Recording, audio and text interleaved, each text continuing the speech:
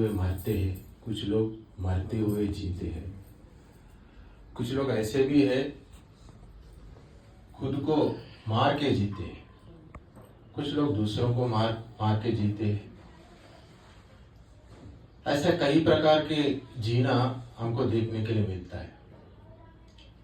कौन जीते हुए मरते हैं कि जो लोग कामी व्यक्ति है, उसके अंदर बहुत कामुकता है, वे लोग जीते हैं फिर भी हर दिन मरते जाते हैं। जो लोभी है, लोभी व्यक्ति रहता है, वे लोग हर दिन मरते जाते हैं, लगता है हमको ये भी जी रहा है। और जो भोगी व्यक्ति है वे भी जीते हैं फिर भी वे लोग हर दिन मरते जाते हैं। ऐसे सभी लोग जीते हुए हर दिन मरते जाते हैं, मरता ही रहता है। असूर्यानाम ते लोका अंधेन तमसावृताः तांस्ते प्रेत्यापि गच्छन्ति एके चात्मा हनोजनाः। ये सब लोग कहाँ जाते हैं? असूर्यानाम ते लोका, जहाँ सूर्य नहीं रहता है। अंधेन तमसावृताः मतलब चारों ओर से अंधेरा ढका हुआ है, जहां भी देखे पूरा आपको अंधेरा अंधेरा ही छाया हुआ है। अंधेन तमसावृताः तांस्ते प्रेत्यापि गच्छन्ति एके चात्मा हनोजनाः। मतलब जो लोग आत्मा को हनन करता है, आत्मा को प्रकाश नहीं देता है, आत्मोन्नति के लिए काम नहीं करता है, ऐसे सभी लोग मर जाने के बाद ये जो अंधकार में लोग को पहुंचते हैं, ऐसा हमारे वेद मंत्र कहता है। इसीलिए आदमी का आयु 4 प्रकार का है। एक हितायु, एक दूसरा अहितायु, एक सुख आयु और दूसरा दुख आयु। हित आयु मतलब जब वो जीता है, अपना खुद देखभाल करता है और दूसरों का भी हित करता है। जब वो जीते तो 4 लोग भी जीते हैं, उनसे सभी लोग लाभ उठाता है, उनके वजह से सभी को संतोष, सुख, आनंद ये सब मिलता है। ऐसा आयु जो होता है इसको हित आयु कहते हैं। अहित आयु मतलब जो लोग दूसरों को कष्ट पहुंचते हुए, दूसरों को लूटते हुए, दूसरों को गाली गलौज देते हुए, दूसरों को दुख पहुंचाते हुए वे लोग जीते हैं, इसको कहते हैं हम अहित आयु बोलते हैं। सुख आयु, दुख आयु मतलब जो लोग सुखी है ये सुख आयु, जो लोग दुखी है ये दुख आयु। ऐसा आयु भी 4 प्रकार का होता है। इसीलिए जन्म, जीवन, मृत्यु, ये जो जन्म, जीवन, मृत्यु ऐसी स्थिति है, ये हमारे हाथ में नहीं है। आदमी का जीवन 2 प्रकार का चलता है। यदि आप इस शरीर को चलाना चाहते हैं तो इसमें 2 चीज है, 2 स्थिति है। एक स्थिति जो है जन्म, जीवन, मृत्यु जो स्थिति है ये हमारे हाथ में नहीं है। आहार, निद्रा, ब्रह्मचर्य ये जो स्थिति है ये हमारे हाथ में है। मर जाने के बाद जो स्थिति आपको मिलता है वो स्थिति भगवान के हाथ में है। जब हम जीते हैं, इस जीते हुए शरीर को यदि आप स्वस्थ, सुंदर, सुडौल, अच्छा बनाना चाहते हैं तो आपको आहार, निद्रा, ब्रह्मचर्य इन 3 चीजों को आप लेकर जी सकते हैं। जीना ही आपके अंदर जो है, इसी से आपके जीवन को लंबा चला सकता है, लंबा खींच सकता है आपके आयु को। इसके अलावा आप नहीं खींच सकते। जब आप मर जाते हैं, आप किसके घर में पैदा होना, आप कब मरना, कब आपको जन्म होना, ये हमारे हाथ में नहीं है। फिर ये हमारे हाथ में कैसे आएगा? ये जो जीना मरना भी आदमी को अपनी इच्छा अनुसार कैसी होती है, कब होती है, ये सब जब तक हम आत्मोन्नति के लिए काम नहीं करेंगे तब तक हमको हमारी इच्छा अनुसार मरण नहीं मिलेंगे, इच्छा अनुसार जन्म भी हमको नहीं मिलेंगे। वित्तेशना, पुत्रेशना, लोकेशना मया सर्वम परित्यक्ता। जब आदमी संन्यास लेता है तब सन्यासी ये जो बात है कहता है कि वित्तेशना, लोकेशना, पुत्रेशना, मैं ये 3 चीजों को छोड़ देता हूं, ये सब मैं त्याग कर लेता हूं। क्यों ऐसा क्यों करता है सन्यासी? जब तक आदमी के अंदर वित्तेषणा, पुत्रेषणा, लोकेषणा रहता है, तब तक आदमी मरता है जीता है, जीता है मरता है, जीता है मरता है, मरता है जीता है। जब तक आदमी के अंदर ये तीन ऐषणाएं जो है खत्म नहीं करेंगे, तब तक आदमी के अंदर दुख रहता है हमेशा उसके अंदर अविद्या से वह ग्रस्त होता है। इसी के कारण इस अविद्या के वजह से, इस राग द्वेष के वजह से आदमी का मरण होता है, दोबारा जन्म होता है, उनकी इच्छा से नहीं होता है। एक आदमी मरने के बाद गाय बन जाता है, एक शेर बन जाता है, एक हाथी बन जाता है। अपना अपना कर्तव्यों के अनुसार वे लोग ऐसे ऐसे योनि में आत्मा चली जाती है। हम सब, ये आदमी है, ये औरत है, ये गाय है, ये गधा है, ये घोड़ा है, ये कब पता चलता है? आदमी का जब, आत्मा का जब जन्म होता है, तब उसका देह मिलता है, तभी ये जो अंतर है ये पता चलता है। जब ये घोड़ा मर गया, गाय मर गया, सब कुछ मर गया, सब मर जाने के बाद हर एक आदमी का स्थिति एक ही हो जाता है। क्या है वो? आत्मा का स्थिति हो जाता है, वो सब जीव बन जाता है मरने के बाद ये सभी लोग। इसीलिए आदमी यदि मृत्यु को जीतना है, मरने के बाद भी जीना है। लाखों संवत्सरों से पहले श्री राम जीते थे, फिर आज भी हम उनको स्मरण करते हैं। उन्होंने जो जो कार्य किया है उसको स्मरण करते, हम उनसे प्रेरणा लेते हैं। कारण क्योंकि उन्होंने ऐसी जिंदगी जिया कि उन्होंने मरने के बाद भी आज भी जीता है, जी रहा है श्री राम ने। हम सब मरने के बाद हमको कोई याद नहीं करते, हम पैसे दौलत ये सब हमारे बाल बच्चों को देने के बाद भी वे लोग हमको स्मरण भी नहीं करते, क्योंकि हम जीने के बाद, मरने के बाद जीने के लिए जो कार्य करना चाहिए ऐसे कार्य हम नहीं किए हैं। इसीलिए उपनिषदों में ये जीवों का उत्पत्ति कैसे होता है, ऐसे बातें, प्रश्न बहुत कुछ उपनिषदों में चलता है। इमा कुता प्रजा प्रजायन्ते, ये प्रजा कैसे उत्पन्न होते हैं बोल के प्रश्न करता है। तब प्राण और रई, ये दो चीजों से आदमी बनता है, प्राण और रई। इसका मतलब है कि अग्नि और सोम, और इसका मतलब है सूर्य और चंद्रमा, और इसका मतलब है उत्तरायण और दक्षिणायन, और इसका मतलब है शुक्ल पक्ष और कृष्ण पक्ष, और इसका मतलब है दिन और रात, और इसका मतलब है पितृयान देवयान। मतलब दो ही मार्ग है। पितृयान मार्ग में जो चलता है वो मरता है, जो देवयान मार्ग में चलता है वो मरने के बाद भी जीता है। हाँ, देवयान मार्ग में चलने वाले हमेशा जीता है? नहीं, देवयान मार्ग में चलने वाले भी मरता है, पितृयान मार्ग में चलने वाला भी मरता है। फिर देवयान मार्ग में जो चलता है वो मरने के बाद भी जीता है। पितृयान मार्ग पे जो चलता है वो मरने के बाद पुनर्जन्म लेता है। इसका मतलब यही हुआ कि जो व्यक्ति मरने के बाद दोबारा जन्म नहीं लेता है, वही व्यक्ति मोक्ष को पाता है, वही व्यक्ति स्वर्ग को पाता है, वही व्यक्ति आनंद को पाता है। बाकी सभी व्यक्ति दोबारा मृत्यु के गोद में आ जाता है। जो व्यक्ति मोक्ष पाते हैं वो व्यक्ति मृत्यु के गोद में नहीं आता है। इसीलिए जो व्यक्ति देवयान मार्ग में चलता है वह व्यक्ति मरने के बाद मोक्ष को पा लेता है। जो व्यक्ति पितृयान मार्ग में चलता है वो व्यक्ति मरने के बाद दोबारा जन्म लेता है, अपने कर्मों का अनुसार दुख सुख ये सब भोग लेता है। इसीलिए वेदों में अनेक बातें कहे गए हैं। परम मृत्यु अनुपरेयी पंताम इतरो देवयाना, मतलब हे मृत्यु हमको मत लेके जाओ, हम देवयान मार्ग पे चलने वाले हैं।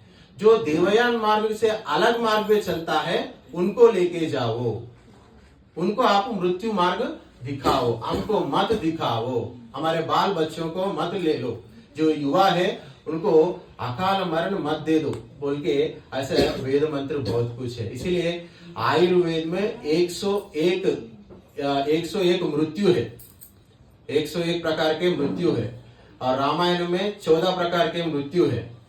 उसमें एक ही एक ऐसा मृत्यु हो, साधारण मृत्यु, मतलब आदमी का शरीर जीर्ण शीर्ण होकर अंत में उन्होंने प्राण छोड़ देता है, इसको साधारण मृत्यु कहा गया है।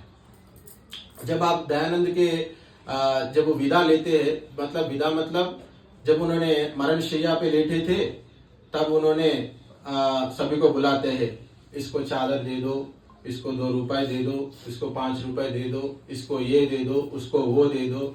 ऐसे ऐसे महर्षि दयानंद ने बहुत कुछ बातें कहते हैं।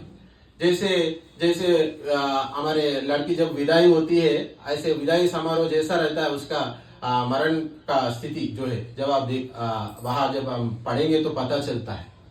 उनका जो मरण जो है उन्होंने अस्वाभाविक रूप से नहीं हुआ, स्वाभाविक रूप से ही हुआ था। हमारे लोग बहुत लोग मरने के बाद रोते हैं। कौन व्यक्ति रोता है मरने के बाद? मतलब जो व्यक्ति इस लोक को छोड़ना नहीं चाहता है, जो व्यक्ति यहाँ जीना चाहता है, ऐसे व्यक्ति ही रोता है। मेरा सुख सब गायब हो गया है, मैं परिवार को छोड़ रहा हूँ, मैं बेटे को छोड़ रहा हूँ, मैं बाल को छोड़ रहा हूँ, मैं बच्चों को छोड़ रहा हूँ। जो व्यक्ति संसार में रहना चाहता है वे लोग हमेशा रोते ही रहते हैं, इसलिए मरते वक्त भी रोते हैं। जो व्यक्ति संसार में रहना नहीं चाहता है वे व्यक्ति नहीं रोते हैं। जब उनका मरण आता है उन्होंने स्वाभाविक रूप से उसको बुलाता है, वो मरण के उसके मरण वेदिका पर उन्होंने छिड़ जाता है, उन्होंने स्वाभाविक रूप से मरण को स्वीकार कर लेता है। ऐसे मरण को हम मृत्यु नहीं कहते हैं, उसको हम मोक्ष कह सकते हैं। इसीलिए जो व्यक्ति देवयान मार्ग में चलता है, ये जो देवयान मार्ग क्या है? मतलब अग्निहोत्र, दान, धर्म, यज्ञ, याग। जो व्यक्ति यज्ञ याग आदि कर्म करते हैं, हर दिन भगवान को खिलाकर अग्निदेव को खिलाकर जीते हैं, वो व्यक्ति जीते हुए स्वर्ग को पाते हैं और मरने के बाद मोक्ष को पाते हैं। इसीलिए हमारे धर्म में, आप गीता में भी पढ़ेंगे, बहुत कुछ श्लोक है यज्ञ के बारे में। जो व्यक्ति हर दिन यज्ञ पे आहुति डालने के बाद ही खाना चाहिए, जो व्यक्ति यज्ञ में आहुति ना डालते हुए जो खाता है वे लोग पाप खा रहे हैं। हर दिन उन्होंने थोड़ा थोड़ा मर जाता है, मर के क्या हो जाता है, जाकर हॉस्पिटल में शरीक हो जाता है। आप देख रहे हैं आजकल गृहस्थी लोगों का जितने बीमारी है, गृहस्थी लोगों के पास जितने मानसिक बाधा है, समस्या है, रोग से जितना पीड़ित हो रहे, ना सन्यासी लोग पीड़ित हो रहे, ना ब्रह्मचारी लोग पीड़ित हो रहे, ना वानप्रस्थी लोग पीड़ित हो रहे, सभी लोग गृहस्थी लोग ही अनेक समस्याओं से जूझ रहे हैं।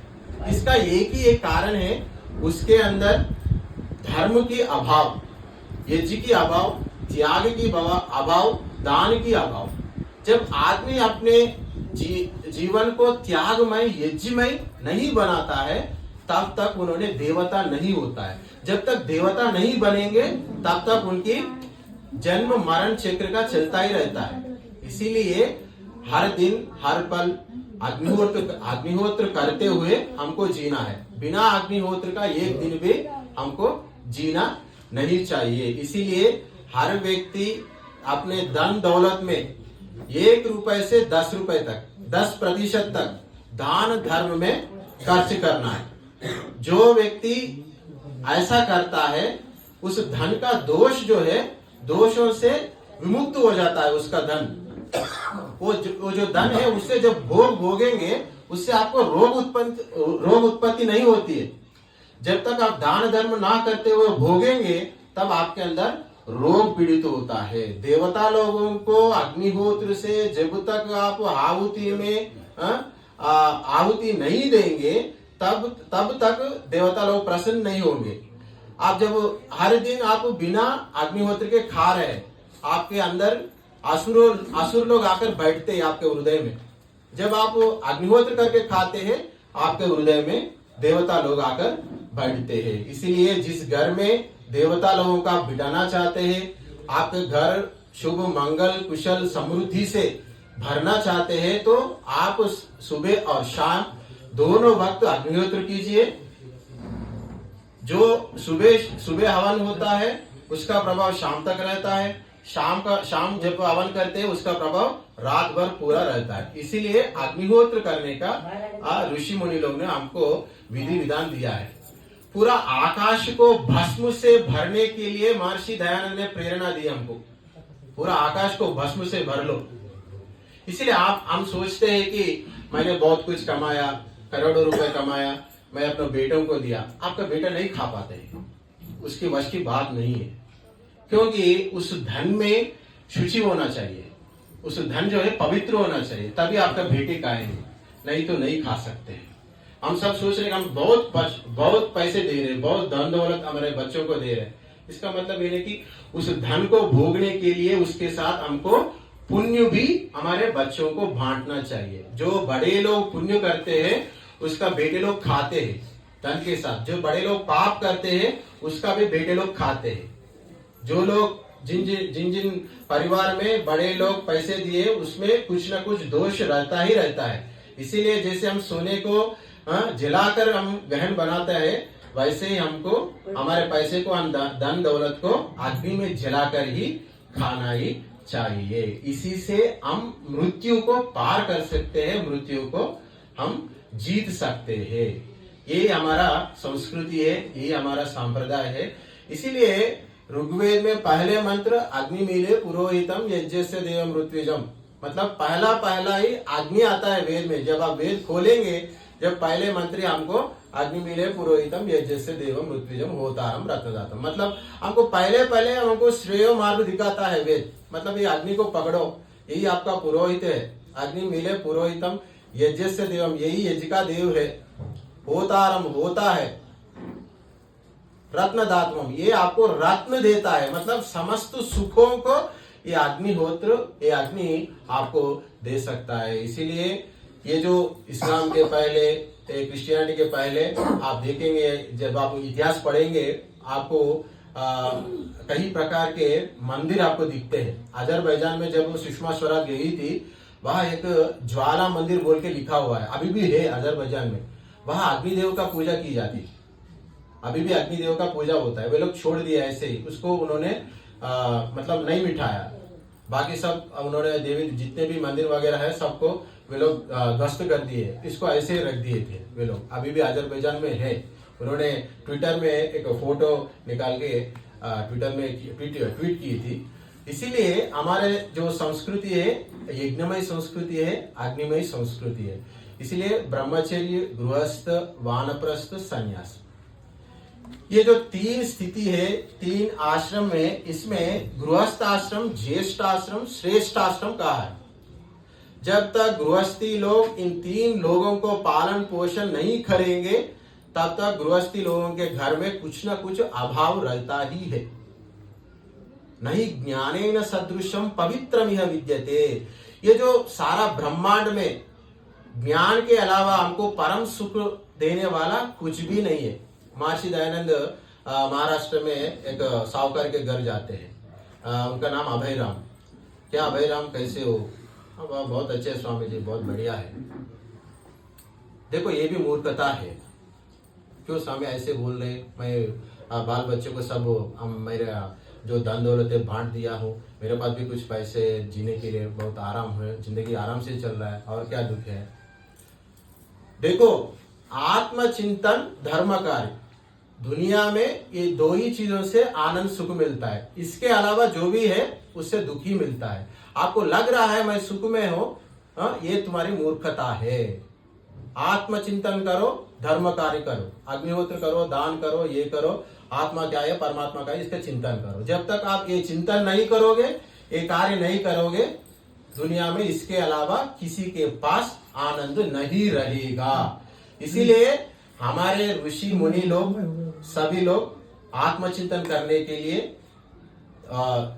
शहर छोड़ के जंगल में चले गए। वहां विवेक, विद्या, वैराग्य सब कुछ वे लोग वही पा लिए है। इसीलिए हम सभी को भी अग्निहोत्र करते हुए ही हमको गृहस्थ जीवन हमको जीना है। धन्यवाद।